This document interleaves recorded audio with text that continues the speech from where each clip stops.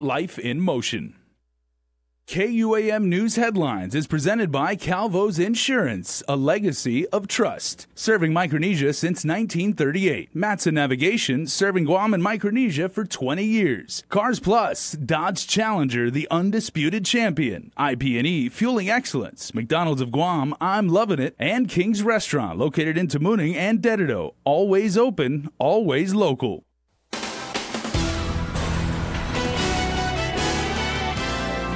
I think she has realized that it was an illegal act. Speaker B.J. Cruz sends a scathing letter to the Attorney General accusing her of breaking the law. Also tonight, a controversial resolution dealing with Section 30 funds goes up for debate on session floor. And also, a University of Guam professor on trial for the alleged sexual assault of his students goes back to court. And welcome to the show, and Hafa to you and your family, everybody. I'm Jason Salas alongside Sabrina Salas-Matinani, and exploiting the law and flat-out brief failing to enforce it. Speaker B.J. Cruz is blasting Attorney General of Guam Elizabeth Barrett Anderson. KUAM's Nick Delgado has the story.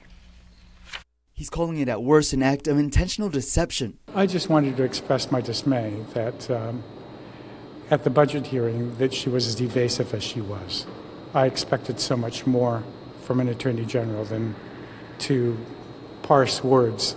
In a scathing 4-page letter sent to the AG on Monday, Speaker B.J. Cruz accused Attorney General of Guam Elizabeth Barrett Anderson of breaking the law by providing incentive or bonus pay to an employee of her office that was not entitled to it. I think she has realized that it was an illegal act, because I also got an email yesterday after I sent the letter to the AG from the employee stating that she was making him repay the amount that had been received. And I don't think you would be asked to repay if you thought that it was legal. She probably has obviously recognized that what she did was wrong, and now the employee is having to pay it back, and it was complaining about the fact that it was affecting his ability to be able to make mortgage payments. But I wasn't the one that did it. It was the Attorney General. In the letter, Cruz accuses her of unethically writing an opinion justifying the adjustment of a general accounting supervisor at her office, stating, quote, "To circumvent this clear statutory reality, you issued a legal opinion worthy of Goldilocks and the Three Bears." The issue about the bonus pay was the subject of a recent budget oversight hearing with the AG's office. She knew that I was concerned about these certifications.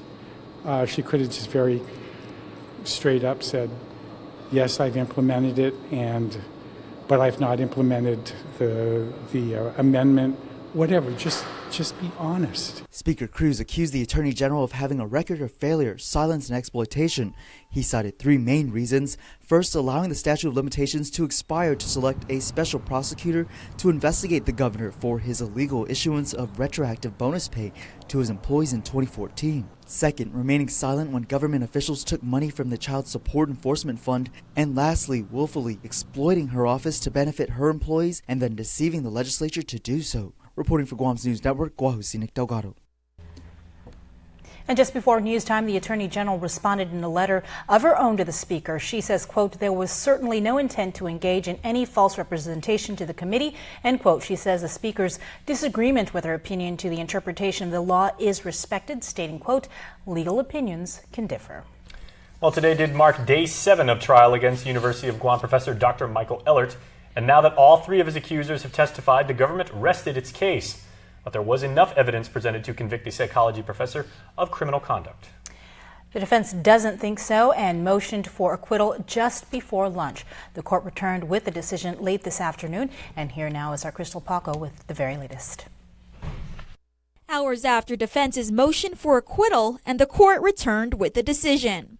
The motion will fail at this time. One by one, Judge Vern Perez recalled testimony from the last week of trial against UOG's Dr. Michael Ellert. Specifically, testimony from Ellert's 3 accusers, only to be identified as KP, FR, and HR. All 3 women attended a party at Ellert's residence back in November 2014.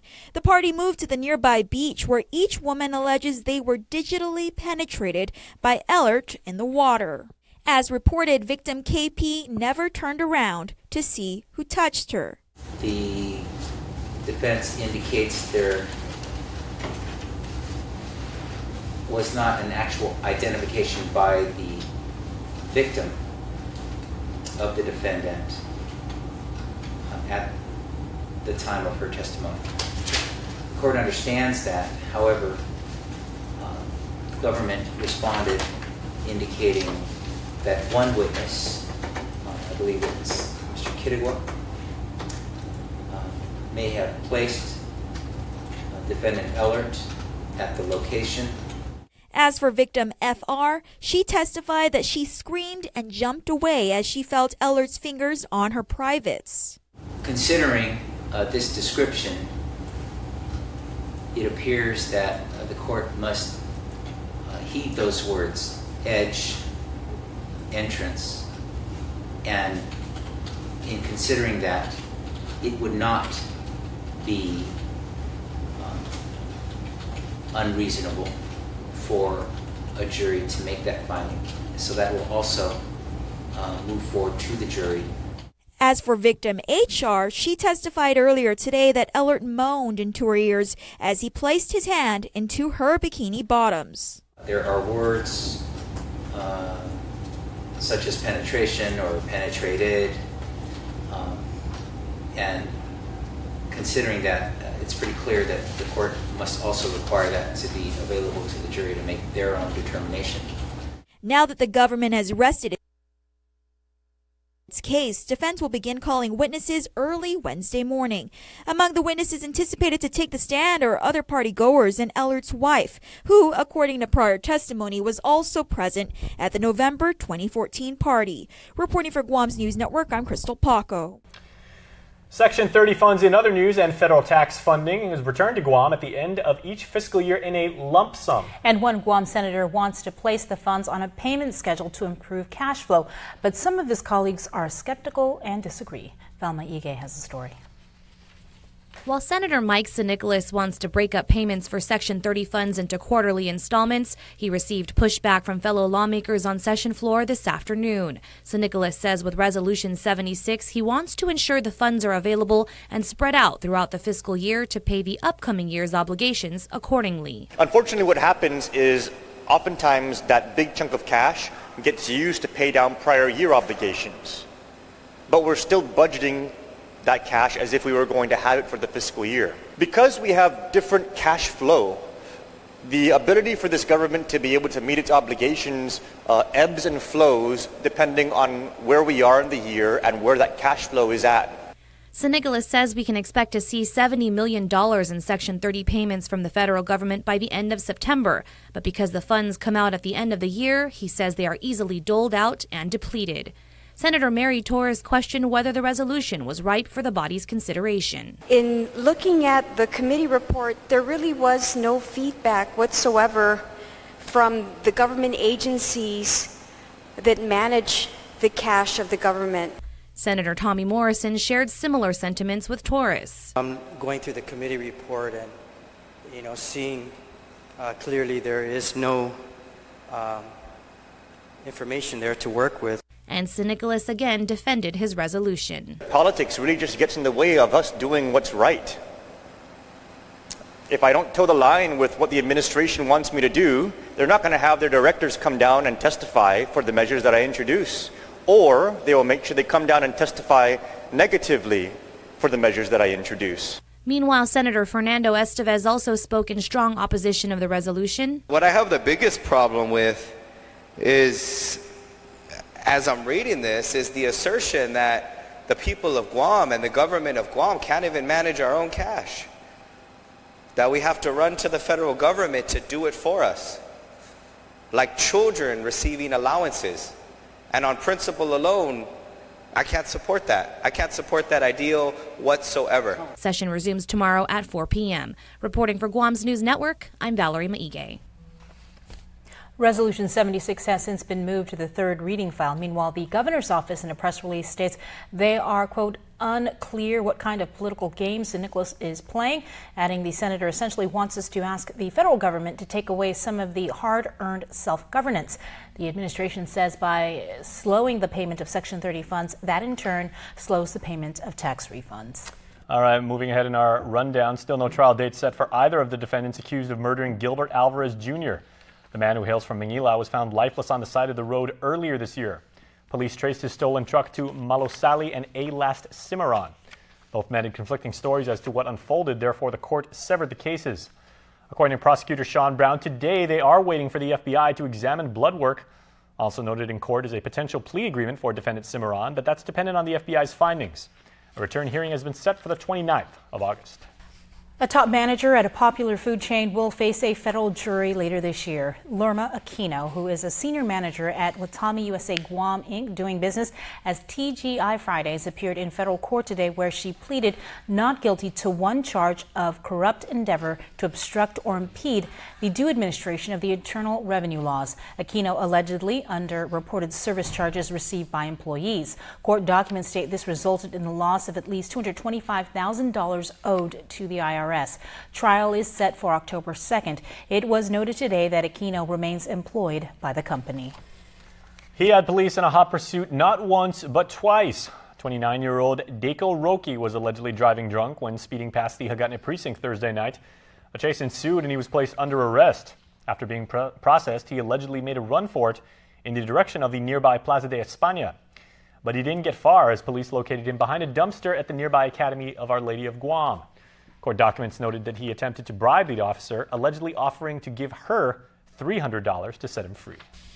The Guam Contractors Association's hopes for class certification in its case against the feds is on hold. In a ruling from District Court of Guam Chief Judge Francis Tedinko Gatewood, the class won't be certified until other motions in the case are resolved, such as the motion to dismiss. The GCA, along with more than 12 local companies, filed a federal lawsuit arguing a change in policy or interpretation has caused an increase in H-2B denials and that it was implemented without proper rulemaking procedures.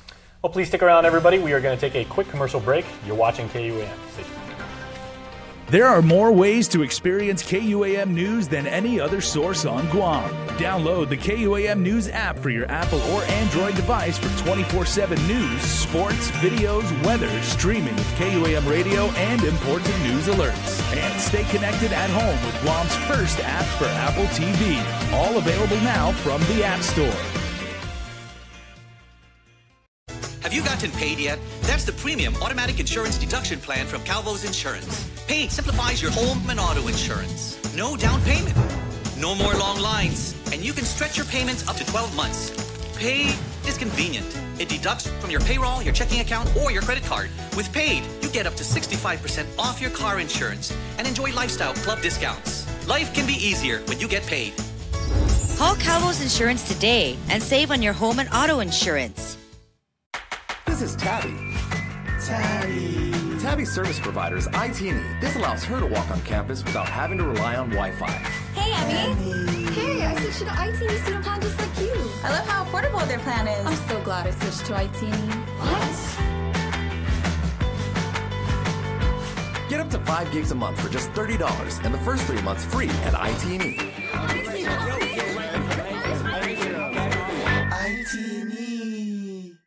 Hyundai's summer clearance event is happening now. At Guam's best dealership, Cars Plus and Mighty. With financing as low as 1.99%. There's no better time to drive a new Hyundai Accent, ranked highest in initial quality, starting at just $11,995. Or the new Hyundai Elantra starting at $16,995. SUV lovers, check out the new Hyundai Tucson starting at $19,995. Plus, every new Hyundai gets Guam's best warranty, 10 years, 100,000 miles. It's our Hyundai summer clearance event going on now at Cars Plus and Mighty. Cars Plus, driven by you. Oh! Ruby Tuesday puts the O in dinner combos with Garden Bar Plus entrees for only $20.99. Choose salmon moco, petite sirloin, or pesto chicken pasta. Only at Ruby Tuesday. Oh!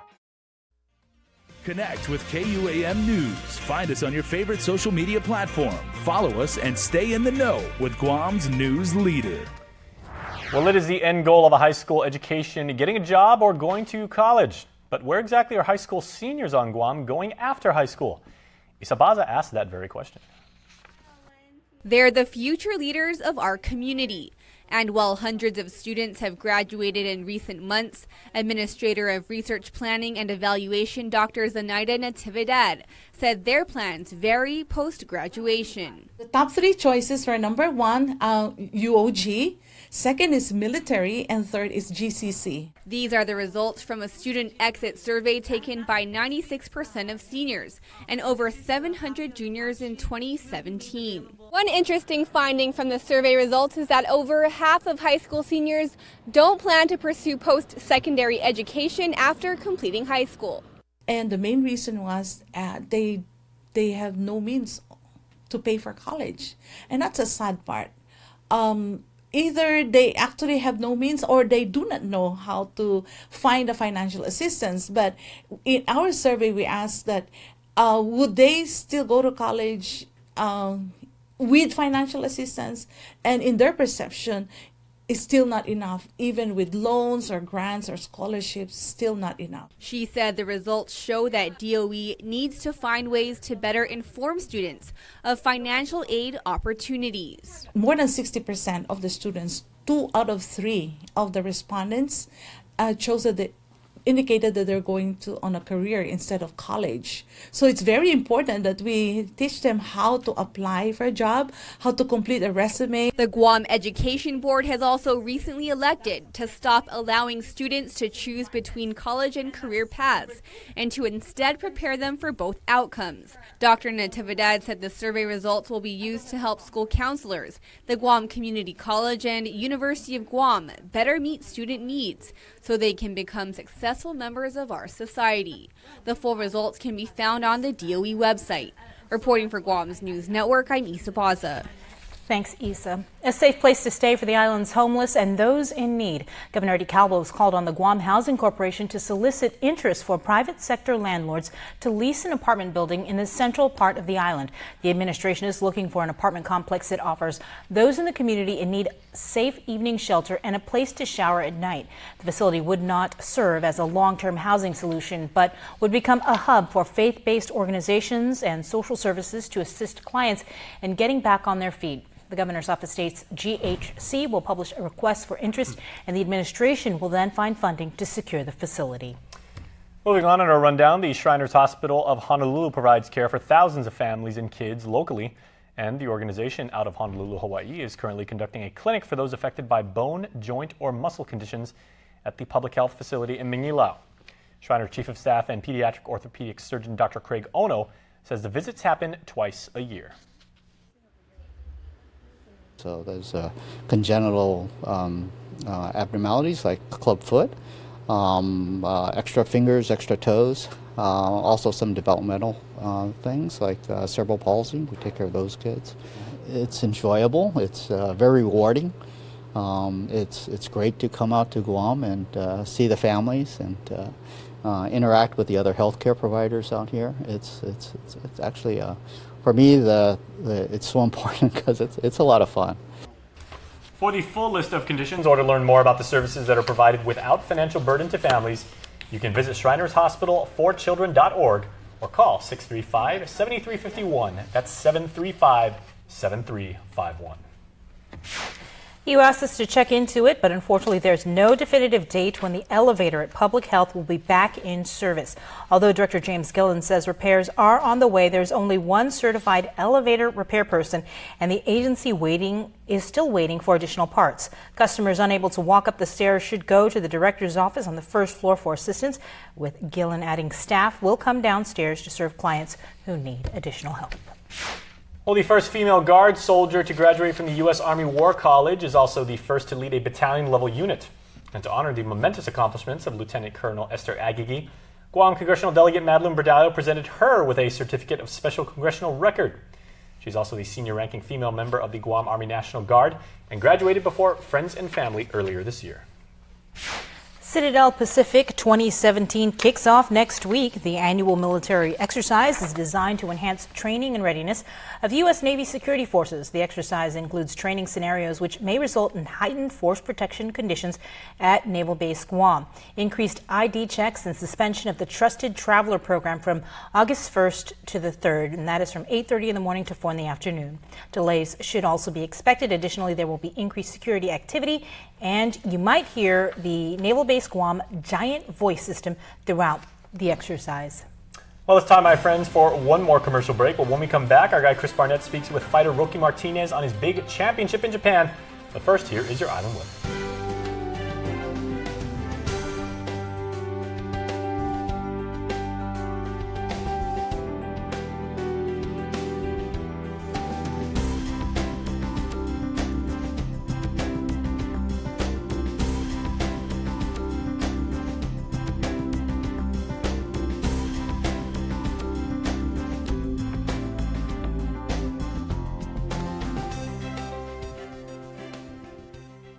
What can I say?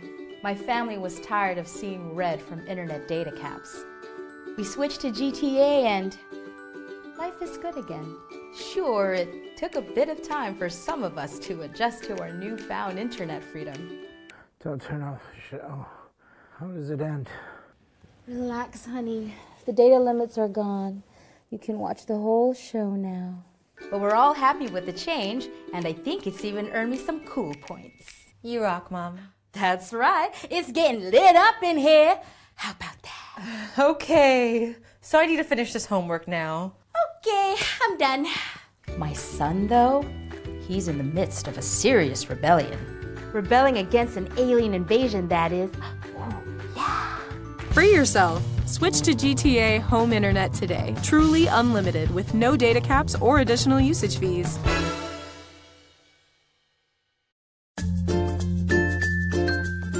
The Down Syndrome Association of Guam exists to support families of individuals with Down syndrome.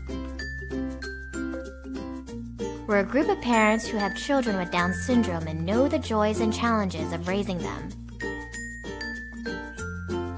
For more information about the health, development, and education of a child or adult with Down syndrome, please contact Vicky Areola at 472-6114.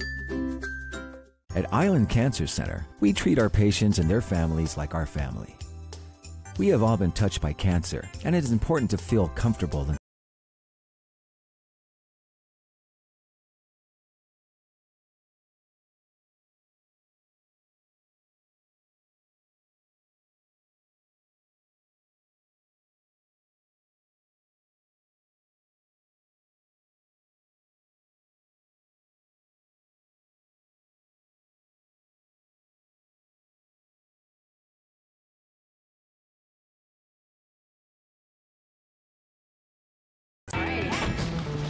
Or do you bring it all? Lucas, we gotta go.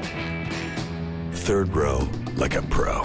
Step up to GMC with 15% below MSRP on all 2017 Acadia SLT models. That's nearly $7,000 below MSRP on this Acadia. Visit AutoSpot GMC today. KUAM Sports is presented by Triple J.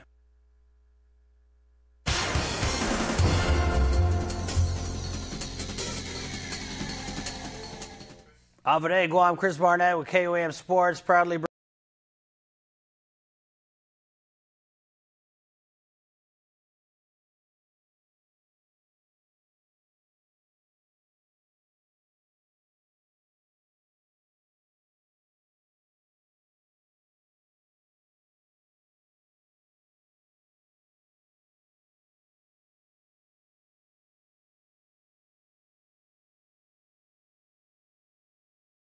stranger to being David taking on Goliath. In the heavyweight division, you know, there's a lot of tall guys.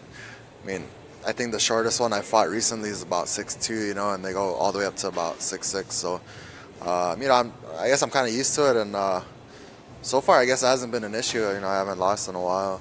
J-Deep, a former K1 world champion who went 40-10-1 in kickboxing, is 2-3 in MMA. Martinez, Guam's only active heavyweight pro fighter, now 11-4 and undefeated since 2011. Roki had a game plan going into